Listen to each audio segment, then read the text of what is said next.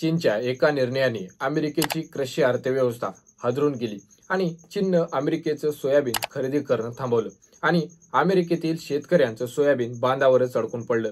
कारण अमेरिकन मार्केटमध्ये सोयाबीनचे भाव 50% घसरले आणि त्यामुळे जे कोट्यावधी डॉलरची उलाढाल ठप्प झालेली आहे आणि अमेरिकेतील लाखो शेतकऱ्यांच्या चेहऱ्यावर भीती तयार झाली आहे. अमेरिकेनं जगातील कितीही टॅरिफच्या धमक्या दिल्या तरीही अमेरिकेचं नाक दाबण्याची देखील जगात क्षमता आहे हेच आता दिसून येते. आता सोयाबीनमध्ये अमेरिकेला वाकवण्याची ताकद आली कशी आणि भारताला याचा फायदा किंवा तोटा काय?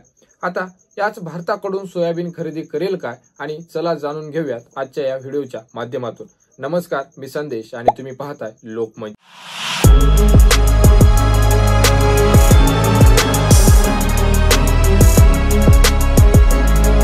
आता मित्रांनो, चीन हा जगातील सर्वात मोठा सोयाबीन खरेदीदार आहे आणि जगातील सोयाबीन आयातीपैकी तब्बल 61% चीन एकच घेतो आणि इतिहास पाहिला तर चीन हा अमेरिकेच्या सोयाबीनचा सर्वात मोठा ग्राहक आहे. म्हणजेच अमेरिकेच्या एकूण निर्यातीपैकी निम्म सोयाबीन हे चीनला जातं. पण डोनाल्ड ट्रम्प यांनी चीनवर मोठं टॅरिफ लादलं आणि प्रत्युत्तर देखील चीनने अमेरिकेला सोयाबीनवर 34% टॅरिफ लावला. आता चीन अमेरिकेतून एकही सोयाबीनचा दाणा खरेदी करायचा नाही असा निर्णय घेतलेला आहे आणि परिणामी अमेरिकन शेतकऱ्याच्या गोदामात लाखो टन सोयाबीन पडून आहेत. आता मित्रांनो, पण विक्री नाहीये, त्याची काहीच विक्री नाहीये आणि जागतिक बाजारपेठेत त्याचे दर कोसळत आहेत आणि सर्वात मोठं म्हणजे शेतकऱ्यांचं उत्पन्न घटल्याने अमेरिकेची जी ग्रामीण अर्थव्यवस्था आहे ती सुद्धा या ठिकाणी हादरलेली आहे आणि अमेरिकेतील सोयाबीन मार्केट खूप मोठं आहे आणि अमेरिका जगातील दुसऱ्या क्रमांकाचा सोयाबीन उत्पादन देश आहे. दरवर्षी सुमारे 118 दशलक्ष मेट्रिक टन सोयाबीनचं उत्पादन अमेरिकेत होतं आणि या पिकातून प्रचंड आहे. आता अमेरिकन कृषी उत्पादन सोयाबीन आणि कॉर्नचा मिळून एकूण 45% वाटा आहे आणि फक्त सोयाबीन मधूनच 45.8 अब्ज डॉलर म्हणजेच साधारण 3.8 लक्ष कोटी रुपयांची उलाढाल अमेरिकेमध्ये होते. आता मित्रांनो, अमेरिकेत लागवड केलेल्या सुमारे 90% सोयाबीन हे जेनेटिकल मॉडिफाय म्हणजे GMI आहेत आणि हेच पीक जगभरात निर्यात करून अमेरिका आपली कृषी अर्थव्यवस्था चालवते. पण आता चीननं खरेदी बंद केल्यामुळे या संपूर्ण व्यवस्थेला धक्का बसलेला आहे. अमेरिकेचे राष्ट्राध्यक्ष डोनाल्ड ट्रम्प यांनी या संकटावर मात करण्यासाठी 2 पावले मागे जात आपण आता चीनच्या राष्ट्राध्यक्षांशी बोलणार आहोत असं सांगितले. आता ते म्हणाले, चीनकडून खरेदी कमी झाल्याने शेतकऱ्यांचं नुकसान झाल्याचं पाहायला मिळालं आहे आणि आता माझ्या शेतकऱ्यांना कधीही निराश करणार नाही आणि टॅरिफ मधून मिळणाऱ्या उत्पन्नाचा एक भाग थेट शेतकऱ्यांना देण्याचा हा त्यांनी निर्णय घेतलेला आहे. आता मित्रांनो, ट्रम्प पुढील 4 आठवड्यात चीनचे राष्ट्राध्यक्ष शी जिनपिंग आणि यांची भेट घेणार आहेत आणि सोयाबीन व्यापार हा एक बैठकीचा मुद्दा त्याच्या एका विषयामध्ये असेल आणि ते म्हणाले की जो बायडन प्रशासनाचे चीन सोबतचा कृषी करार अंमलात आणला नाही त्यामुळे आता मी थेट चीनशी चर्चा करणार आहे. म्हणजेच ट्रम्प आता या मुद्द्याला राजकीय आणि आर्थिक दोन्ही पातळीवर हाताळण्याच्या तयारीत आहेत. आता चीन आणि अमेरिकेच्या या सोयाबीनच्या युद्धात भारत ह्या जगावर याचा परिणाम काय होणार आहे आणि याचा आंतरराष्ट्रीय पातळीवर चर्चा आहे. आता मित्रांनो, अमेरिका चीन व्यापार युद्धाचा परिणाम आता इतर देशावरही दिसतोय.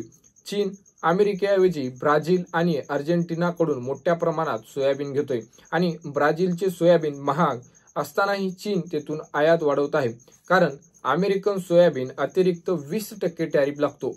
आता प्रश्न असा आहे की चीनच्या या निर्णयाचा भारतावर याचा काय फायदा होईल? तर भारत दरवर्षी सुमारे 12 दशलक्ष टन सोयाबीनचं उत्पादन करतो आणि मध्य प्रदेश, महाराष्ट्र, राजस्थान ही प्रमुख सोयाबीन उत्पादक भारतातली राज्य आहेत आणि चीनने खरेदी बंद केल्याने आता अमेरिका भारतावर GMA सोयाबीन खरेदी करा म्हणून दबाव आणत आहे. पण भारताचे ठामपणे या खरेदीला नकार दिलेला आहे. आता मित्रांनो, भारत सरकारचं म्हणणं आहे की GM पीक आरोग्य आणि पर्यावरणासाठी धोकादायक आहे. आता अमेरिकेतून खरेदी केल्यास देशी शेतकऱ्यांच्या हिताला त्यामुळे धक्का बसू शकतो. म्हणून सध्या भारतासाठी हा फायदा आणि सावधगिरी दोन्हीचाही एक काळ आहे आणि त्यामुळे आता कारण आहे की जागतिक बाजारात दर वाढले तर भारतीय सोयाबीनला किंमत मिळेल. पण आयातीवर दबाव आला तर स्थानिक बाजार ढासू शकते आणि एका बाजूला अमेरिका जगातील सर्वात मोठा सोयाबीन उत्पादक तर दुसऱ्या बाजूला चीन सर्वात मोठा खरेदीदार आणि मध्ये अडकलेले आहेत ते लाखो अमेरिकन शेतकरी। आता मित्रांनो, याचा जे ट्रम्प चीनला परत टेबलावर समझोता करण्यासाठी प्रयत्न करतायत, पण या दरम्यान अर्जेंटिना आणि जे ब्राझील यांनी जो बाजार पटकावलाय, कारण चीनने आपली सोयाबीनची गरज या दोन्ही देशाकडून खरेदी करून भागवलेली आहे। आता विशेष म्हणजे ब्राझील सोयाबीन महाग असूनही चीनने ती खरेदी केलेली आहे आणि ह्या एका निर्णयावर जगाची बाजारपेठ कशी हालते आणि चीनने दाखवून दिले। आता या सगळ्या घटनांनंतर भारताचे कृषी मंत्री शिवराज सिंग चौहान म्हणाले की केवळ अन्न सुरक्षा नव्हे तर शेतकऱ्यांच्या उत्पन्न वाढीसाठी आणि जे शेतकरी क्षेत्र अजून मजबूत करण्यासाठी गरज आहे।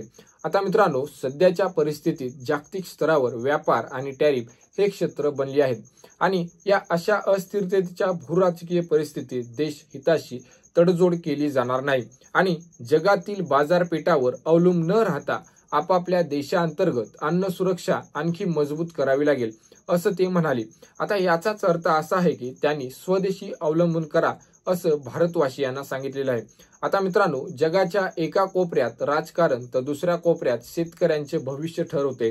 आता हीच ग्लोबल इकॉनॉमिकची खरी कहाणी आहे असं सुद्धा म्हणायला हरकत नाहीये।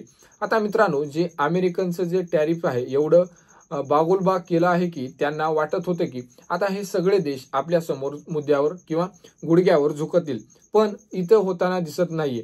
एका देशा आतापर्यंत अमेरिकेसमोर गुडघे टेकले नाहीत, हे तुम्हाला सगळ्याला माहिती आहे। भारताने सुद्धा अमेरिकेला ठाम उत्तर दिलेलं आहे आणि भारतासारख्या देशात तर टॅरिफ वारच्या निमित्ताने स्वदेशी वस्तूंना प्रोत्साहन देण्याची भूमिका घेतलेली आहे। त्यामुळे देशातला पैसा देशातच राहील, पण यातून एक गोष्ट सिद्ध झाली की ती म्हणजे सोयाबीन देखील अमेरिकेला झुकवू शकतं। पण अशाच काही खास घडामोडी पाहण्यासाठी आमच्या व्हिडिओला लाईक करा आणि लोकमंच चॅनलला सबस्क्राईब करायला विसरू नका। तोपर्यंत भेटूयात नेक्स्ट व्हिडिओमध्ये।